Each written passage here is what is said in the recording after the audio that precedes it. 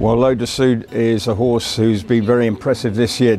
Dan Skelton was very frustrated that he didn't win the county hurdle last year. Couldn't believe that he ended up being beaten. But this year we know that he's got a real future in front of him and expects to turn up at Cheltenham with a huge chance in the Arkle. He's been so impressive this season, winning of course at Sandown. Did run well enough the other day at Warwick and ran a pretty solid trial for this year's festival. And so Dan, talking this morning, is expecting a very bold showing from Loader Suit, who's done nothing wrong all season, looks to be in prime condition ahead of this year's festival and should add to, according to Dan, his tally of festival winners. He's been so much better over fences. I suppose it just gives him a little more time. His jumping's been good, touch wood, and he's 4 from 4. He hasn't really put a foot wrong. I've just liked everything I've seen, and you know, he goes there ready. You know, he goes there ready for it all. Course form. Yeah, Madgeboro's very, very good. Of course, Grade 1 winning hurdler, but I'm not in a big rush to swap ours. Were you happy with the run at Warwick? Yeah, I was. I thought he was very, very good from 3 out to the last, and then he just got a little bit lonely. Took a blow up the running. Harry wasn't all that hard on him. Rubo got closer than everyone expected, but I remember Calico nearly beat John Bon in that race 3 years ago, I think.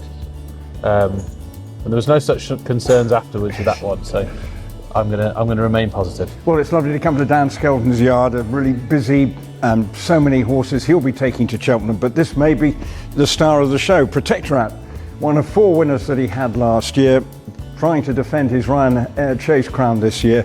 And the word on the street here from Dan is the horse is in tip-top form, has a very good look about him. He looks primed and ready to go. His form this season, of course, has been rock solid. And I have to say, he looks a picture of contentment as he gets ready for his date with destiny as he tries to win Ryanair Chase for a 2nd year running on the Thursday of the festival. He's in great form. He looks outstanding.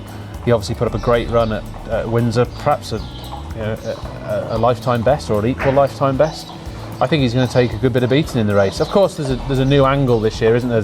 There's, the French horse taking on a slightly lesser trip than the King George. You've got Factophile maybe, not being able to beat Gallopin, and brings that great form at a different trip.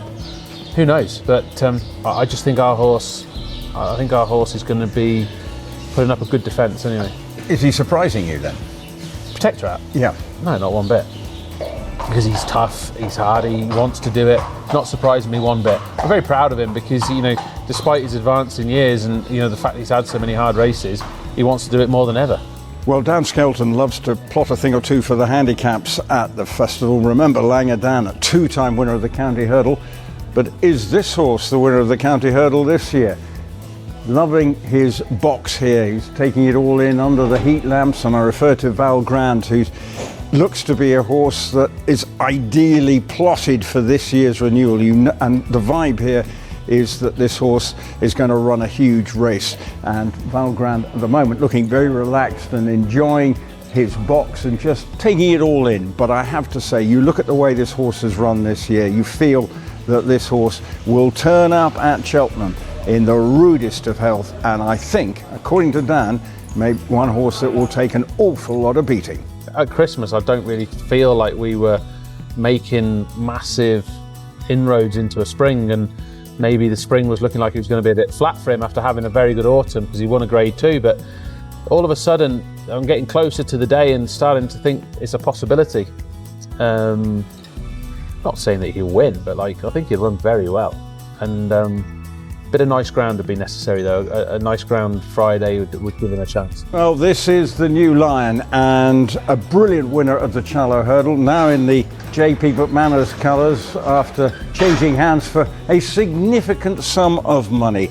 My goodness me, what an intelligent looking horse he is. And hearing from Dan Skelton this morning, I think he's deeply in love with the horse. He says he's an absolute superstar, loves everything about him, has a wonderful manner about him, engaging, and just seems to always be interested, taking everything in his stride. And just looking at him, well, he is a horse that I'm sure will have a huge chance come the festival, looking really well.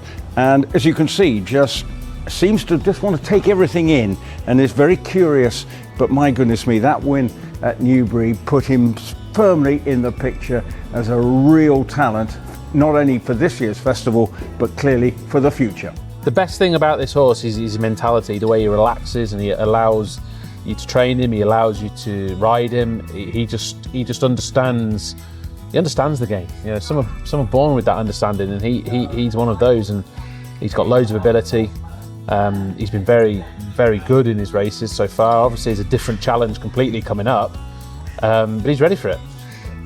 Looking at when you see all these good horses coming in, what you've just sort of given an indication, but what makes him stand out then? Can you see immediately that there's a bit of star quality about him?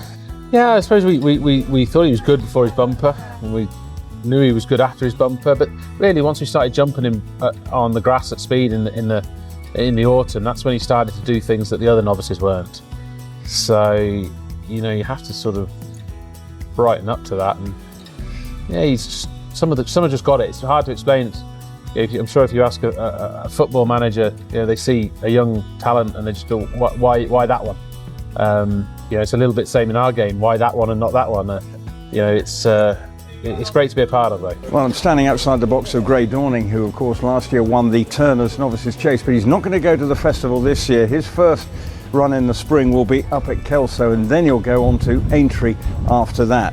I'm just feeling that the way the Gold Cup is this year, it may be just too much, and given Galopin Des Champs being the outstanding favourite for the race, and Grey Dawning maybe disappointing in the King George, but Dan is definitely saying these two races at Kelso and Aintree are going to be ideal for him, and he expects to see this horse back to his best.